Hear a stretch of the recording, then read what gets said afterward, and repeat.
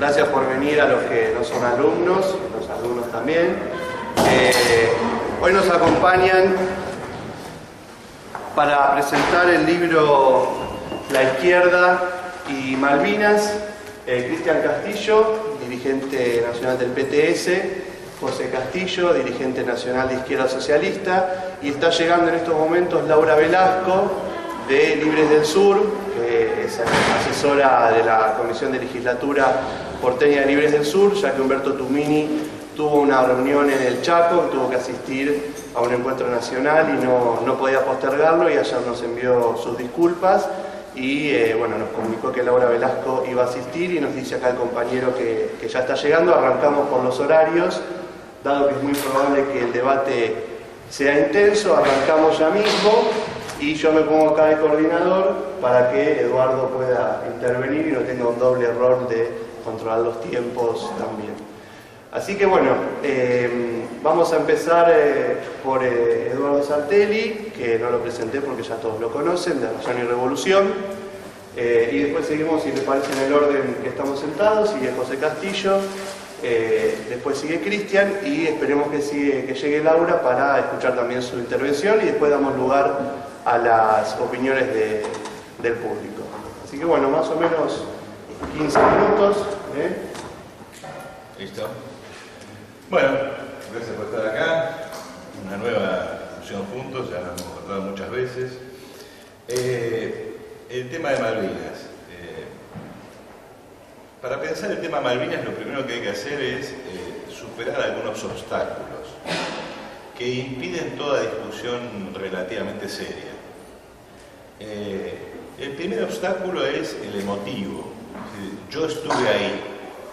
No se puede discutir sentado en la misma mesa con un excombatiente, por la misma razón por la cual parece que no se puede discutir sobre el cáncer con un enfermo de cáncer, y con ese razonamiento no se podría discutir con las amebas, y que se podría discutir sobre las amebas, porque el que estuvo ahí tiene la verdad, o está imbuido de cierta concepción sacra según la cual, como estuvo ahí, tiene algún plus, tiene alguna autoridad mayor. A mí es un argumento que me molesta, y me molesta más de un sentido. Yo no estuve ahí, pero estuve cerca. Yo en el 82 era soldado. De hecho, yo soy subteniente de reserva, con lo cual ni siquiera era un soldado común. Pero si yo recuerdo qué es lo que yo sabía de la guerra de Malvinas en esa época, no sabía absolutamente nada. Y si me pongo a pensar mi propia experiencia, qué podría aportar sobre eso, y simplemente lo que yo y 4 o 5 compañeros que estaban cerca de mí, y lo que se respiraba en el cuartel en el que yo estaba. ¿Y qué nos puede informar eso sobre la guerra de Malvinas, sobre la cuestión Malvinas, sobre el hecho Malvinas? Nada. El haber estado allí no quiere decir nada. Quiere decir muy poca cosa más que la experiencia individual y personal. Por lo tanto, lo primero que hay que hacer para poder discutir seriamente el asunto de Malvinas es sacar este obstáculo del medio. El que estuvo allí no sabe nada por haber estado allí. En todo caso, puede saber algo porque se dedicó a estudiar el asunto, se preocupó por leer, se preocupó por investigar, pero no por haber estado allí. El segundo punto que hay que sacar de encima, el segundo obstáculo que hay que desbrozar, es el asunto macho ofendido nacionalista. Una de las cosas que yo puedo aportar de haber estado ahí es que de los 500 soldados que estábamos más o menos en ese cuartel, solo conocí a uno, y vivíamos todo el tiempo cuartelados ahí adentro. Era un cuartel que tenía una manzana de tamaño, así que prácticamente estábamos sentados uno al lado del otro todo el día, nos conocíamos todos. El único tipo que yo conocí que estaba contento de que lo llevaran a Malvinas, el único que no estaba esperando que terminara la guerra antes de que lo movilizaran, cuando yo le pregunté, José se llamaba, no quiero insinuar nada, cuando le pregunté, escucha José, ¿por qué? ¿Qué quiere decir? Y si violara a tu mamá y a tu hermana, vos no harías nada. Ese razonamiento según el cual habría una especie de dignidad superior a cualquier otra cosa que habría que defender a priori, no importa cuál sea la situación y el momento. Es típico del nacionalismo. Eso es nuestro. No se sabe por qué razón, cómo, cuándo, de qué manera, si es realmente nuestro, pero por lo tanto hay que la vida por la patria. Con ese tipo de argumentos no se puede discutir, porque el problema que hay que discutir es todo lo que está atrás de esa posición. A saber, ¿qué significa Malvinas en la vida argentina? ¿Qué valor real tiene? Si no podemos cuestionar eso, porque es como la madre y la hermana, el lugar santo del macho, entonces no podemos hablar. El otro punto que hay que evitar es el del antiimperialista ofendido. ¿Sí? El tipo que cree que siempre que haya una banderita, ya sea en un estadio de fútbol, en un campo de combate, en la luna, en donde sea, si hay una bandera inglesa hay que escupirla. ¿Cómo no te vas a enfrentar al imperialismo? No importa que esa guerra, por ejemplo, tenga detrás al imperialismo norteamericano. No importa que el gobierno que lleva adelante sea uno de los más ultraimperialistas que haya existido en la historia argentina.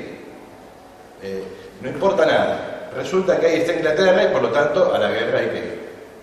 Bueno, con esa postura no se puede discutir, porque igual que las otras son prerracionales. Son posturas que se niegan a examinar el núcleo del problema. El otro punto que hay que evitar, porque es una falacia y un mito histórico, es el asunto de que el pueblo argentino se muere por recuperar Malvinas, que Malvinas es una causa popular. Y no viste la plaza llena, la plaza se llena, hasta la izquierda llena la plaza, no es un problema eso. Bloomberg te llenó una plaza, Mariano Grondona y Bernardo de Neusta llenaron una plaza, ¿sí? Y si uno tiene todos los medios bajo control puede crear un festín de pasión nacionalista. Que la Argentina no contiene en su pueblo una causa nacional y popular lo prueba quien ganó después, que fue el candidato más anti-malvinero que podría haberse presentado, que era Raúl Alfonsín. Es más, cuando cae la dictadura no salen las masas a la calle diciendo sigamos la guerra porque Malvinas va más allá de la dictadura. No. Está todo el mundo contento.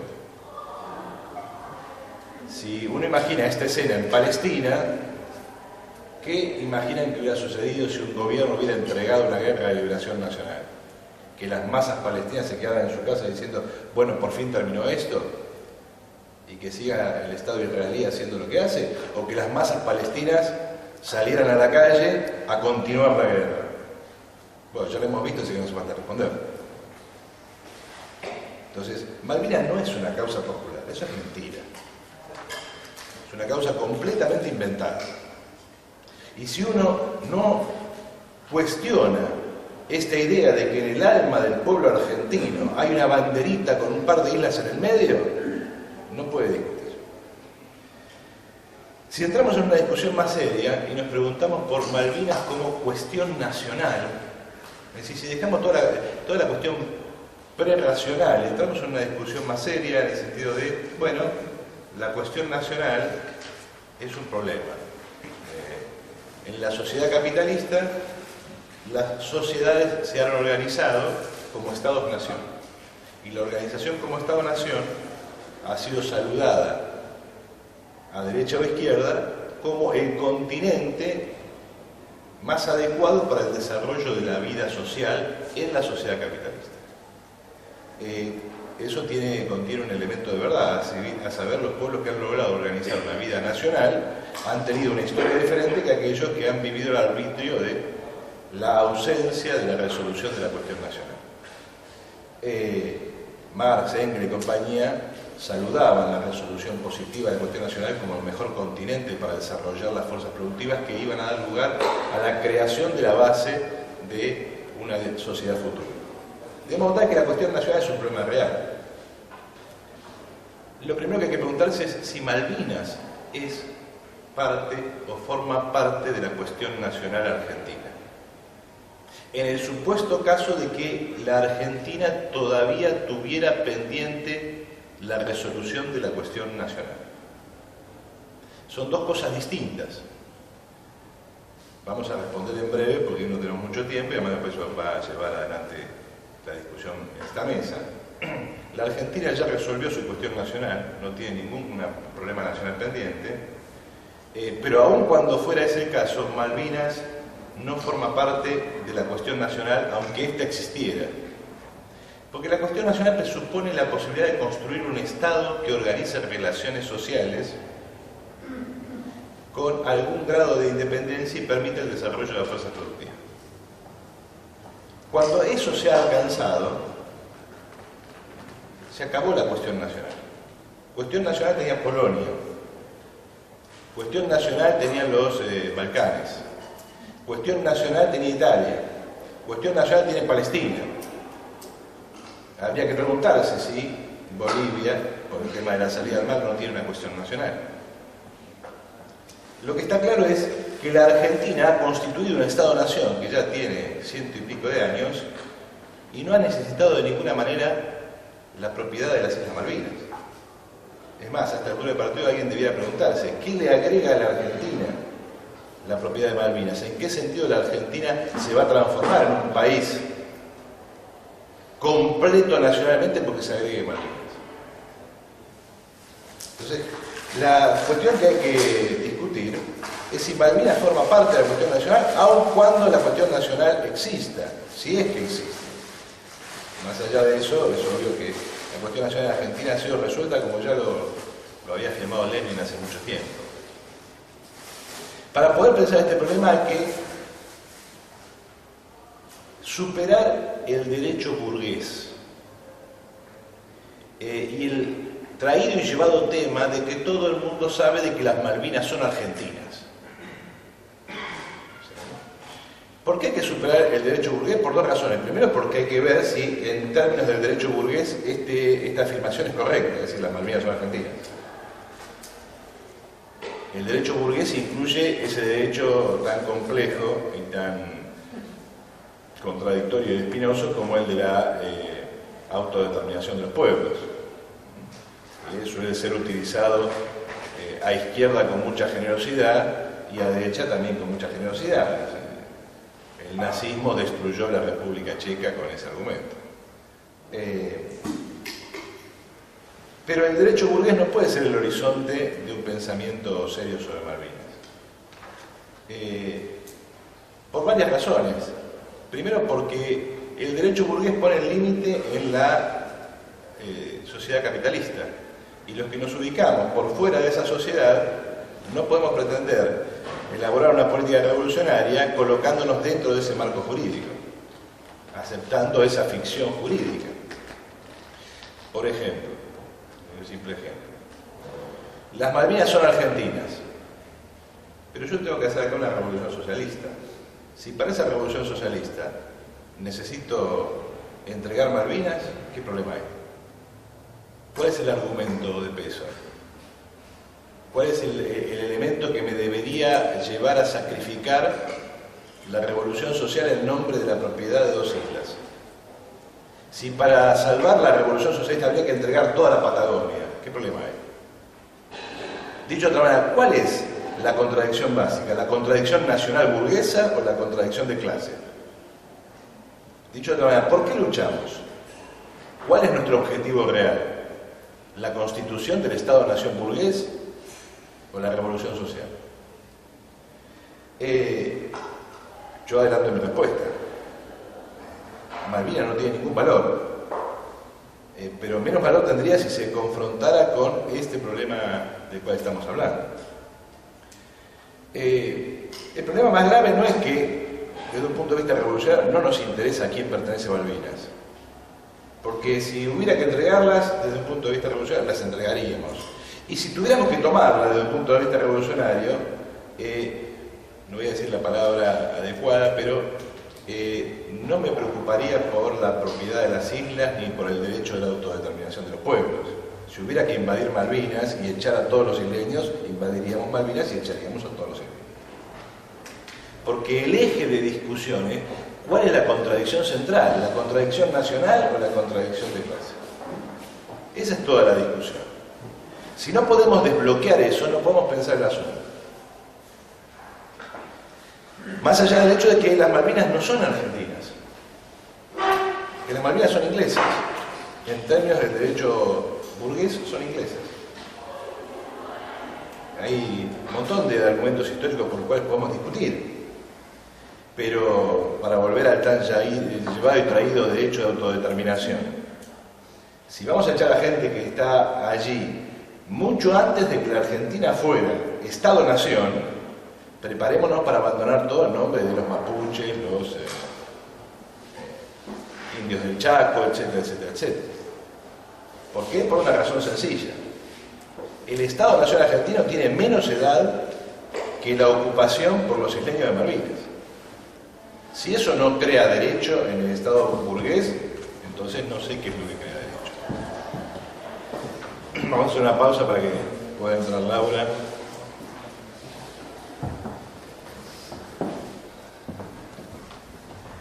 Habíamos dejado el lugar central para Laura porque era una dama, pero ¿conoces ese? No. Macho ofendido. Entonces,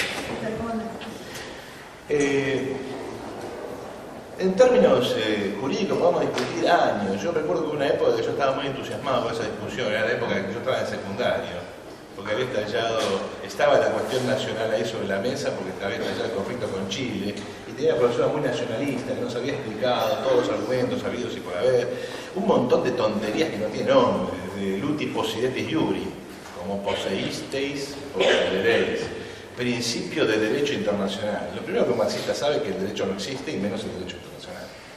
Esto es una cuestión de fuerza.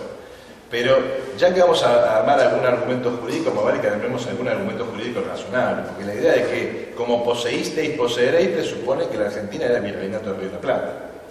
Por lo tanto, que se vayan yendo los bolivianos, los paraguayos, los uruguayos, que desalojen todo el sur de Río Grande para abajo, y que los chilenos vayan pensando qué hacen en ese país tan estrecho en el que viven. La cuestión jurídica burguesa nos lleva a una discusión absurda. Por lo tanto, un marxista lo que tiene que hacer es superar ese campo. Y lo que tiene que preguntarse es si, efectivamente, en términos marxistas, hay una cuestión nacional o no. Y ahí lo que hay que demostrar es que la Argentina no tiene Estado, que la Argentina no controla su territorio, etcétera, etcétera, etcétera. Seguramente los miembros de la mesa van a querer defender ese argumento, con lo cual vamos a dejar la cuestión planteada. Vamos al último punto, porque no quiero excederme. La izquierda y la cuestión Malvinas. ¿De qué se acusa a la izquierda en este libro que hemos editado nosotros? De haber claudicado ante el nacionalismo. De haber claudicado ante el nacionalismo y de haber acompañado a una dictadura a la guerra, y de hecho, por lo tanto, haber hecho un frente con esa dictadura. De haber suspendido la batalla contra esa dictadura en nombre de una supuesta superación de la guerra,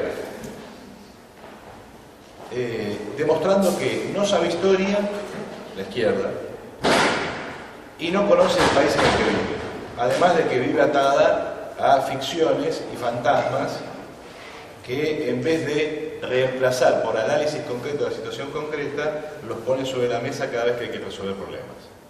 Ya tuvimos esta discusión sobre los famosos campesinos y el conflicto del 2008, donde en vez de ver si los chacareros son campesinos, nos pusimos a recitar textos de Kautsky, Lenin y algún húngaro por allí perdido. Acá sucede lo mismo. La gente va a la guerra, la gente apoya la guerra. Cuando vean que los militares traicionan y no son capaces, porque la burguesía nacional es incapaz, la gente entonces va a buscar otra dirección. Y en ese contexto vamos a aparecer nosotros como los verdaderos defensores de la nación.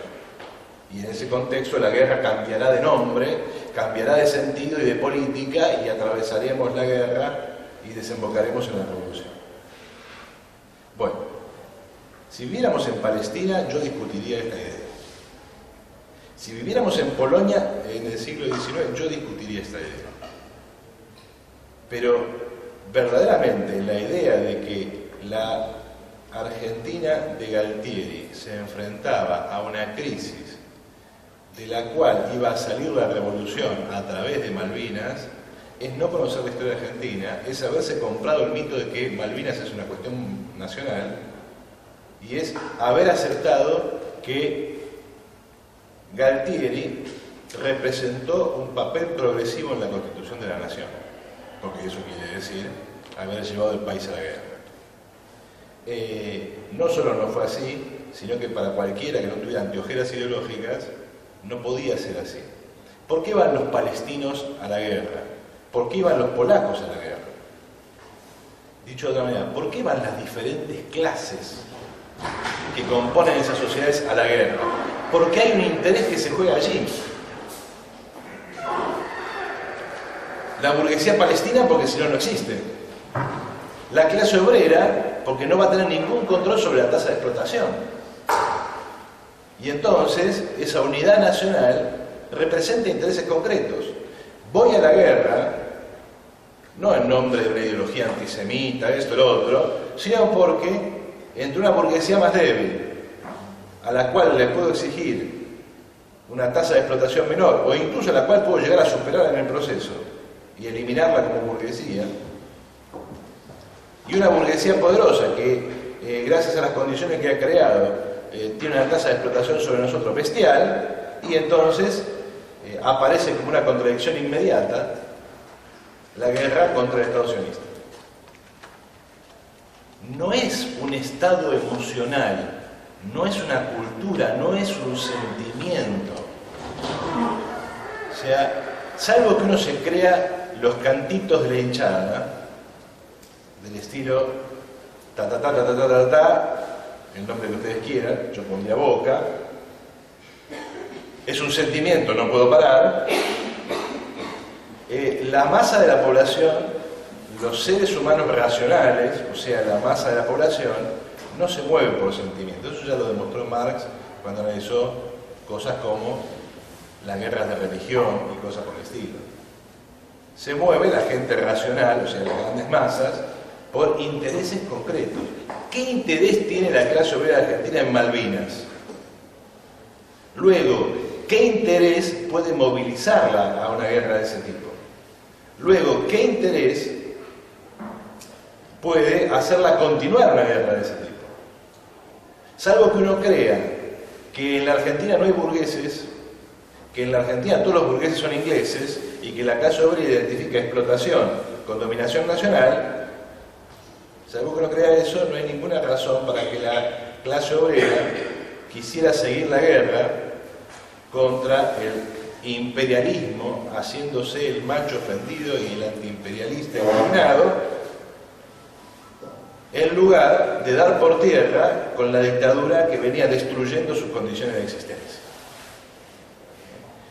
La razón por la cual la izquierda quedó mal parada en la guerra de Malvinas es porque no entendió la política y los intereses concretos de la clase obrera que quiere dirigir.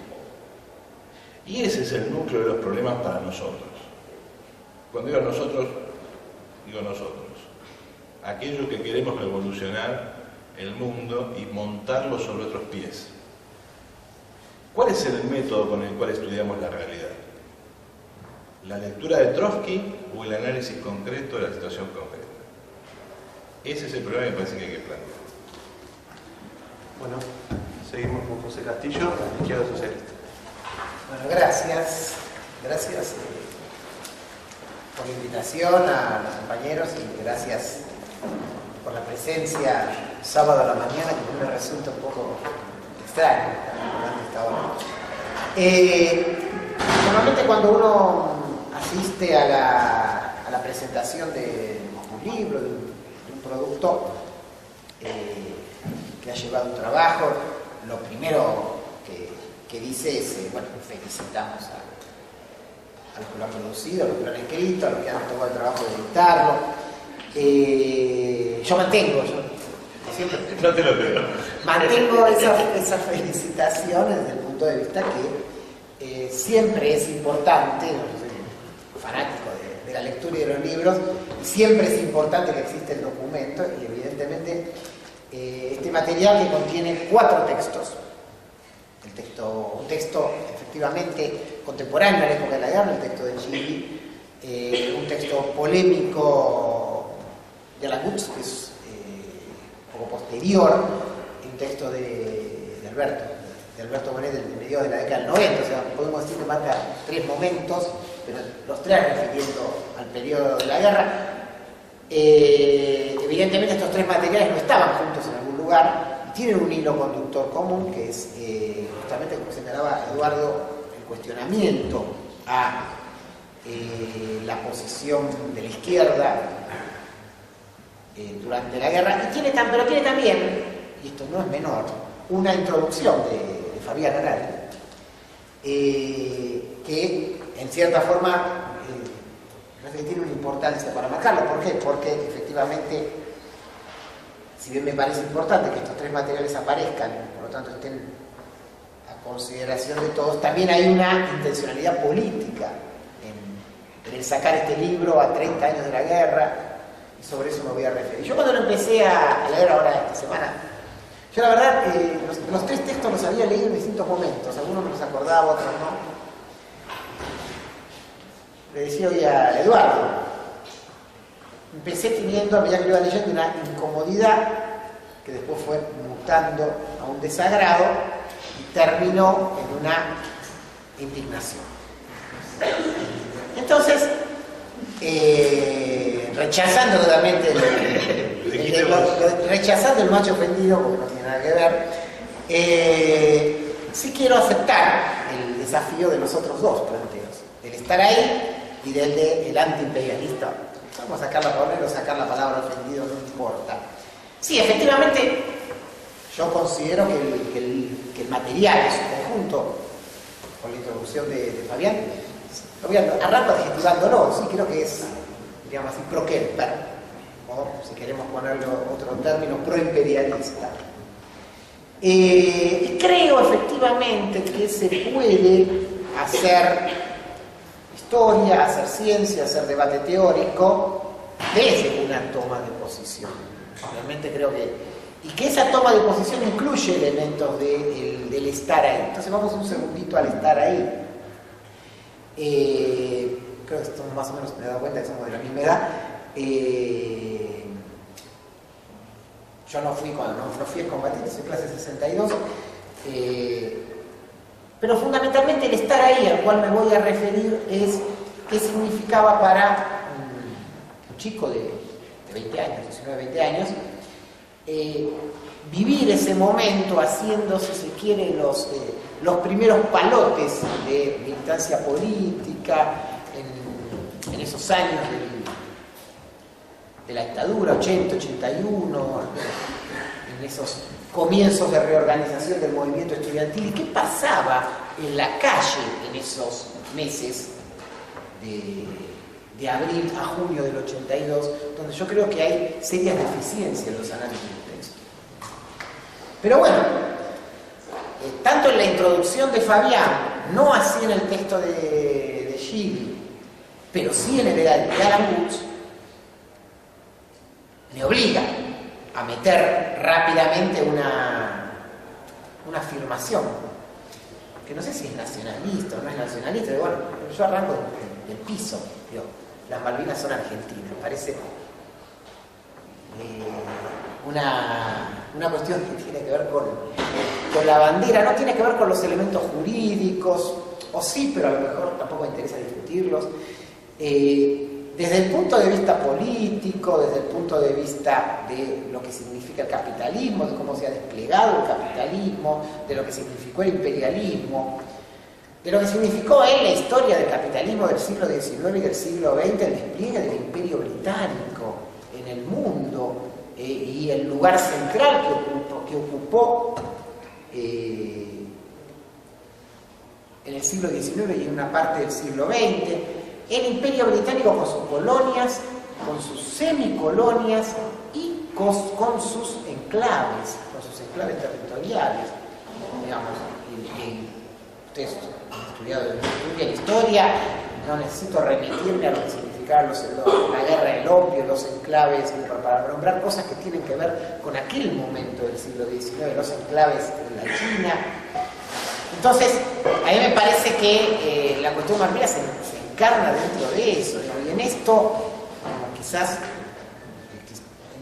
en otra discusión casi lo habría salteado, pero bueno, el planteo de Fabián, es decir, las Malvinas son de los Kemper, que también es el planteo de Alan Guth, aunque lo dice un poquito más rebuscado, me obliga a arrancar por ahí. En Malvinas Malvinas parte de, casi se utilizó la expresión cuestión nacional, Malvinas parte de el sometimiento argentino al imperialismo, o es una cuestión al final de dos rocas perdidas allá en el medio del Atlántico Sur. Yo creo que es parte, creo que inclusive hoy lo es más de lo que lo era en 1982. Cuando discutimos hoy Malvinas, no discutimos la marcha aquella del 82 o el Gaucho Rivero, discutimos el petróleo, discutimos la búsqueda del petróleo, discutimos la zona de exclusión que se amplía, ¿no? Discutimos lo que significó desde el 92 para acá todo un área que es también la pesca, que es el krill, que es el control estratégico del único pasaje que existe entre el Océano Atlántico y el Océano Pacífico por fuera del Canal de Panamá. Discutimos la Antártida y los debates estratégicos sobre qué va a pasar en un capitalismo al cual se le agotan los recursos, se queda sin agua. Entonces, nosotros podemos decir que esto no es una discusión que interesa. Bueno, evidentemente el imperialismo norteamericano, el imperialismo británico no piensan lo mismo. No piensan lo mismo. Piensan que sí importa. Y de hecho hay una base militar en la región y una zona de exclusión que, si uno mira el arco, cómo se ha ampliado esa zona de exclusión desde el 92 en adelante, porque de hecho Gran Bretaña la ha ampliado, prácticamente llega hasta el área de Tierra del Fuego. Esta es una primera discusión planteada en términos telegráficos, porque no estamos discutiendo una cuestión sentimental ni un cascote. Hay una segunda, dicho esto, colocado como título, y después en todo caso si es necesario volver sobre ese punto podemos volver, hay un segundo tema de debate, que es dado esto, que significó la guerra, que es otra cosa. O sea, efectivamente, en el año 82 hubo una guerra y puede haber personas que digan, mira, esto que dijiste sobre la cuestión de Malvinas es cierto, pero en el 82 hubo una guerra. Entonces se abrió otro debate. ¿Qué significó la guerra? Específicamente, ¿cuál fue la posición de la izquierda? Y todo un montón de hechos que se dieron alrededor de esto. También lo voy a enunciar en términos semitelegráficos para que después el debate podamos hablarlo. Creo que no hay debate, saltemos las cosas en las que estamos de acuerdo, no hay debate en que esto nació como una maniobra de la dictadura. O sea, lo que por lo menos se dijera, nadie sostiene que el gobierno de Galtieri asume una posición antiimperialista y entonces decide recuperar las Malvinas por... Eso yo no lo he encontrado, quizás en el FIP a lo mejor podría encontrar alguna lectura de ese tipo, pero en general... ninguno de los que está acá lo plantea en esos términos. Claro, probablemente, por eso no debería ser solamente ahí. O sea, tachemos eso porque no es eso. Ahora, evidentemente, sí pasaron dos cosas. Hubo un mal cálculo de la dictadura militar argentina en cuanto a cuál iba a ser la reacción del imperialismo norteamericano, que los iban a apoyar en alguna maniobra de tipo diplomática, por un lado, y también un mal cálculo en cuanto iba a ser la reacción británica. Este es un elemento que desencadena lo posterior. Y lo segundo, que tampoco, que acá sí y esto sí me interesa ir a fondo porque es muy distinto a lo que dice Gili y a lo que dice Alan Guth. También calcularon mal cuál iba a ser la reacción de los sectores populares en la Argentina, dichos en general, y la pequeña burguesía, la clase obrera, dicho en particular. Y acá sí me meto un poco ya sobre todo el texto de Gili, lo plantea. Yo creo que la posición de Gili acá está terriblemente... tiene elementos falsos. O sea, tiene elementos falsos. Gili dice explícitamente que la clase obrera se opuso a la guerra, se lo dice por ahí textualmente, se retiró a sus barrios y fábricas. Yo, no me pongo yo en el lugar yo estuve, y lo reivindico como lugar científico, el conjunto de la izquierda, el conjunto del activismo antidictatorial, digamos, toda la gente que militaba en la universidad de todas las agrupaciones en el año 81-82, activismo antidictatorial que Gili desconoce pero que venía creciendo desde el año 81, un movimiento sindical en ascenso, también desde el año 81 que también Gili desconoce porque si no nos olvidamos lo que fue las manifestaciones de San Cayetano de noviembre del 81, el paro anterior y montones de procesos que se vinieron dando y que desencadenan el 30 de marzo del 82, pero que son preexistentes. El conjunto de ese activismo, o sea, no hubo discusión alrededor de qué significaba Malvinas. En todo caso, sí, por supuesto, había dudas, qué iba a ser la dictadura, pero Chile plantea una cosa que es falsa también, el tema Madres de Plaza de Mayo. O sea, el 4 de abril de 1982, efectivamente, las Madres de Plaza de Mayo, un montón de gente, no solo las madres, un montón de gente con ellas, marchó alrededor de la pirámide con una bandera que decía: las Malvinas son argentinas, los desaparecidos también. Decía eso la bandera, y las madres que hablaban con la prensa internacional decían: nosotros reivindicamos el tema Malvinas y también agregamos lo desaparecido. Eso pasó el 4 de abril y acá Gili tergiversa ese hecho, coloca el planteo de que aparece, de que cita esa bandera, pero lo dice desde el planteo exactamente inverso, como las madres fueron las que se opusieron. La plaza del 10 de abril del 82. La plaza del 10 de abril del 82, más allá de muchas dinámicas, se puede ver el video en YouTube todavía, video de la televisión oficial argentina y por lo tanto tratando desesperadamente de hacer determinadas tomas. Aún en ese video de Canal 7 se observa como cada vez se observa los silbidos a Jai, se observa que cada vez que Galtieri en su discurso pretendía levantarse en la dictadura recibía una chiflatina absoluta y que la gente iba por Malvinas, era por Malvinas y el principio antiimperialista. Así se puede seguir señalando hasta el propio 15 de junio de 1982, en la enorme movilización nocturna, el día de la rendición, de nuevo las consignas de masas de miles, decenas de miles de personas que acompañan ahí el se va a acabar la dictadura militar, era: los chicos murieron, los jefes los vendieron. Esa era la consigna del 15 de junio, que era una consigna que después se mantuvo en los meses siguientes. O sea,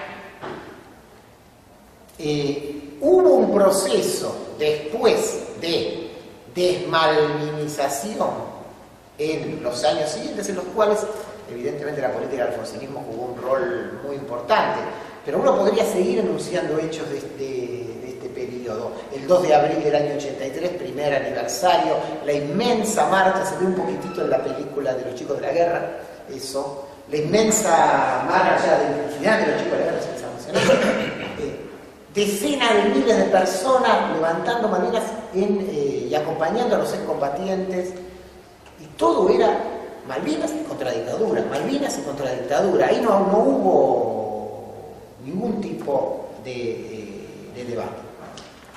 Voy a saltear algunas cositas que después hablamos de Bush si quieren, pero tiene cosas bastante más complicadas.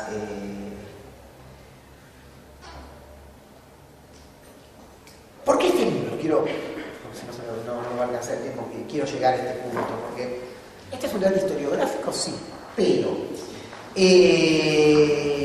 creo que el fondo del por qué este libro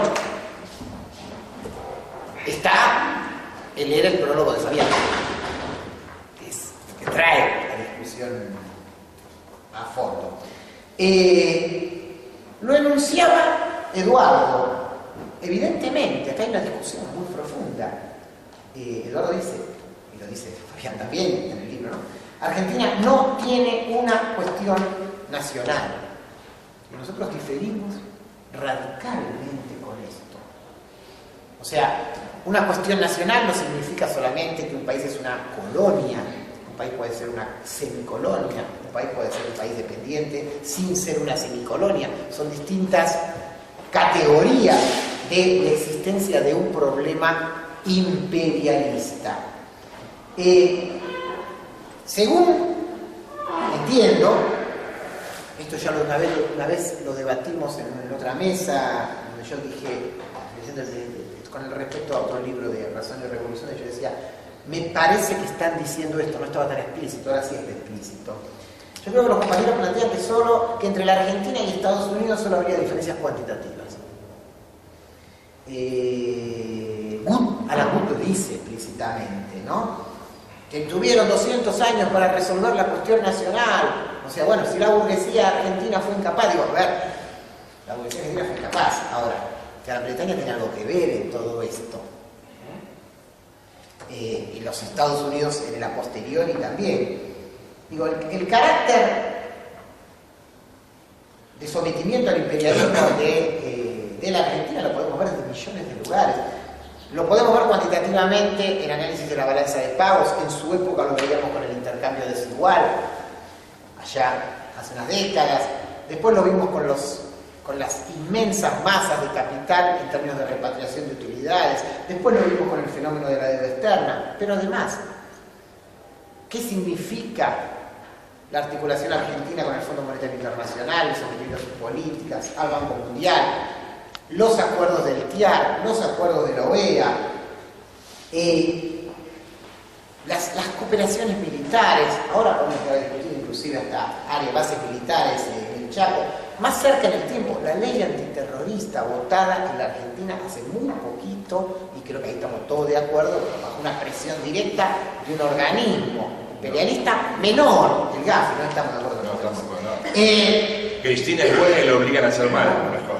Y sí, y como cuestión material concreta, la existencia también de una poderosísima base militar donde hay denuncias, no hay una posibilidad de verificar esto a fondo, inclusive denuncias de armamento nuclear en esa base militar Malvinas.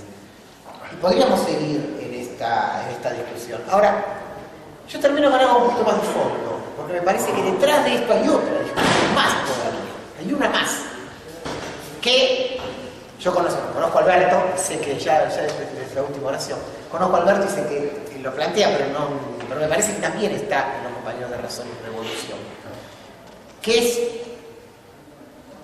yo creo que los compañeros tienen una crítica directamente a la existencia del imperialismo como categoría. Del imperialismo como categoría, en términos de como lo plantea Lenin en 1916, en el famoso libro El imperialismo más superior del capitalismo. Y ahí, entonces, le digo, nosotros realmente empezamos por la realidad concreta, pero al final también tratamos de llegar a las discusiones teóricas. Y sí, efectivamente, nosotros seguimos creyendo, diríamos, arqueoleninistamente o arqueotrotskistamente, que la lucha de la clase obrera por el socialismo está indefectible unida y atada a la lucha antiimperialista. Y en ese marco va toda la discusión que podemos hacer a partir de un hecho concreto como es Malvinas.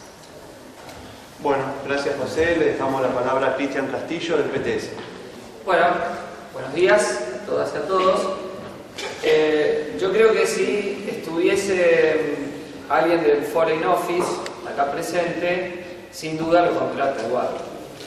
Es más, lo nombra Sir Edward. Porque en el debate diplomático internacional sobre la causa de Malvinas, el Comité de Descolonización de la ONU considera que Malvinas es uno de los 12 o 13 casos de dominación colonial que hay en el mundo.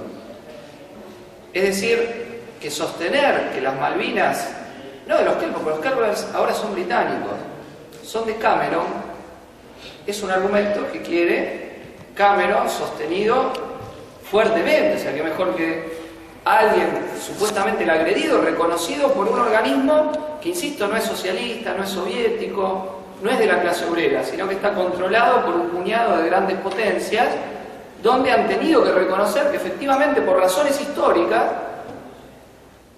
la situación de Malvinas es el de un enclave colonial. O sea, la diplomacia internacional no es que se discute, está claro que es un enclave colonial. Otra cuestión es que Gran Bretaña, por relación de fuerza, no acepte desprenderse de ese enclave colonial. Pero está claro que es un enclave colonial. O sea que, insisto, la posición de Sir Edward Sartelli está a la derecha del Comité de Descolonización de la ONU, lo cual es mucho decir, ya donde se sitúa políticamente. Más allá de este punto, para entrar en el debate, yo pensaba empezar por lo que terminaba José. O sea, entre los artículos que están ahí planteados, hay dos tipos de posiciones. Hay una posición, la de Adolfo Gili, que reconoce la existencia del imperialismo. Y hay las otras, un poco la de Alberto y la de Alan Guth, pero Alan Guth también es una persona muy ecléctica, hay que decirlo políticamente, porque Alan Guth va de no reconocer que hay dominación imperialista en el caso de Malvinas a hacerle un seguidismo total a Chávez, por ejemplo. Pertenece a la corriente internacional del movimiento trotskista, que es esclava de cuanto movimiento nacionalista burgués haya. Tan seguidistas son de todo movimiento nacionalista burgués que acaban de decir que el paro y movilización del pasado miércoles fue una cosa completamente reaccionaria porque había que estar con el gobierno de Cristina. Es decir que tiene un eclecticismo Alan Guth en su cabeza un poco extraño, ¿no? Porque en el caso de Malvinas hay que estar más bien del lado de la autodeterminación de los Kelpers, y en el lado de la lucha de clases está del lado del gobierno de Cristina y no con los trabajadores que plantean reclamos y demandas justas independientemente de la dirección que levanta esas demandas justas. Entonces digo, hay una primera cuestión que es importante porque hace cómo pensamos el capitalismo. El capitalismo no es una suma de estados nacionales. El imperialismo, justamente el salto teórico que se da a comienzo del siglo XX, es definir que el imperialismo no es una política, sino que es una estructura de relaciones económicas, sociales y políticas. Entonces esa estructura imperialista, sobre la cual está articulado el mundo capitalista, implica que hay potencias que son dominantes y que utilizan, a partir de haber llegado primero al desarrollo capitalista, haciéndose fuertes a partir del uso de su potencia militar, mediante guerras, etcétera, etcétera, son las naciones dominantes del planeta. Ese dominio de ciertas naciones sobre el mundo capitalista se expresa en la potencia de sus empresas que están distribuidas a lo largo y ancho del mundo y en su potencia militar, que hasta puede graficarse en el número de bases que tienen desplegadas. Más de 120 países tienen bases estadounidenses, por ejemplo, en este momento.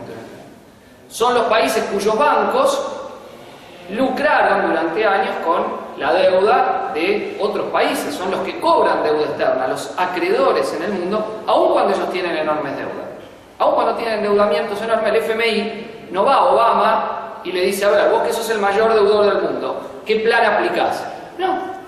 Obama tiene la maquinita de hacer billete, patina su deuda, etcétera, e impone condiciones al resto de los pueblos oprimidos. La burguesía argentina no gira plusvalía de otros países para acá. Las empresas norteamericanas, cualquier estudio de tasa de ganancia en Estados Unidos muestra cómo la tasa de ganancia de las empresas norteamericanas en el exterior duplica la tasa de ganancia que tienen en el interior de Estados Unidos, según lo que han, entre otros, los trabajos de Dumenil y Levy. O sea, ustedes pueden verlo graficando. O sea, no se puede mantener cierta idea de amortiguación de las contradicciones sociales en los estados dominantes del capitalismo, no se puede entender sin esa masa de plusvalía adicional que obtienen no solo explotando a sus propias clases obreras, sino atrayendo parte de la plusvalía que se genera en otras partes del globo. Entonces, no es que hay un capitalismo chico, otro mediano, etc. Hay una estructura capitalista en la cual la forma de dominación del capitalismo es nacional, pero el contenido de las fuerzas productivas es que operan internacionalmente. Operan internacionalmente a partir de estados que benefician a determinados grupos de monopolio. Y efectivamente Gran Bretaña está entre ese grupo de estados y Argentina no está entre ese grupo de estados. Esto es sencillo, es una primera delimitación. La importancia que tuvo la delimitación de la Tercera Internacional es que entre los estados hay estados que son opresores y estados que son oprimidos. Y que la clase obrera en esos enfrentamientos no es neutral. Se coloca del lado de los estados, las naciones oprimidas, en contra de los grandes gángsters del mundo. Para usar la fraseología de Lenin, los gángsters que controlan la política internacional. Entonces, yo no veo que sea muy distinto Malvinas de otros casos parecidos, en los cuales deberían los compañeros ser consecuentes y ponerlo esa colación. ¿Qué diferencia tiene con Irak, por ejemplo, con las dos guerras del Golfo? ¿Qué diferencia tiene Malvinas para una toma de posición política? Saddam Hussein hizo una aventura política, invadió Kuwait. Los yanquis organizaron una coalición enorme para derrocar a quien había sido tan proimperialista antes como Galtieri. Lo acompañó al imperialismo en la guerra contra Irán. Saddam Hussein no era un demócrata, es decir, se basaba en una dictadura militar férrea sobre su propio movimiento de masas. Y sin embargo, todos los sectores antiimperialistas, socialistas en el mundo enfrentaron esa coalición de estados liderada por Estados Unidos en la Primera Guerra de Irán. Ni hablar en la Segunda, donde se desataron las movilizaciones simultáneas en oposición a una guerra imperialista más amplias de la historia del siglo XX, con manifestaciones simultáneas en más de 600 ciudades a comienzos del año 2003, cuando se declaró la guerra de Irán. O Afganistán, donde Estados Unidos, después de los atentados de las Torres Gemelas, lanza su operativo militar como parte de la política de cambio de regímenes en la región de Medio Oriente para controlar la ruta del petróleo. No fue por simpatía a los talibán o a Saddam Hussein que enfrentamos la agresión norteamericana, sino porque todos éramos conscientes que una victoria de Bush colocaba al imperialismo en mejores condiciones que una derrota de Bush. Evidente, elemental. Y si es derrotado Bush y el imperialismo norteamericano sale mal, son más probables las revoluciones sociales en el conjunto del mundo, porque el gendarme del capitalismo mundial, que tiene 120 bases desplegadas, está más débil para controlar cualquier levantamiento, revolución, acción antiimperialista o socialista o de clase que se dé a lo largo y ancho del mundo. Es evidente. En Malvinas, vamos de vuelta, ¿qué se jugaba? Se jugaba si la victoria era de uno de los dos gobiernos que estaban liderando la ofensiva del capital contra las masas del mundo entero, o ese gobierno era derrotado. Eso es lo que se jugaba. Lo que tienen en común los tres artículos de este libro, desde mi punto de vista, es una enorme estrechez nacionalista para analizar el problema. Es decir, el punto era que Thatcher pudo consolidarse en el poder porque ganó la guerra de Malvinas. Si Thatcher hubiese sido derrotada, no hubiesen sido derrotados los mineros británicos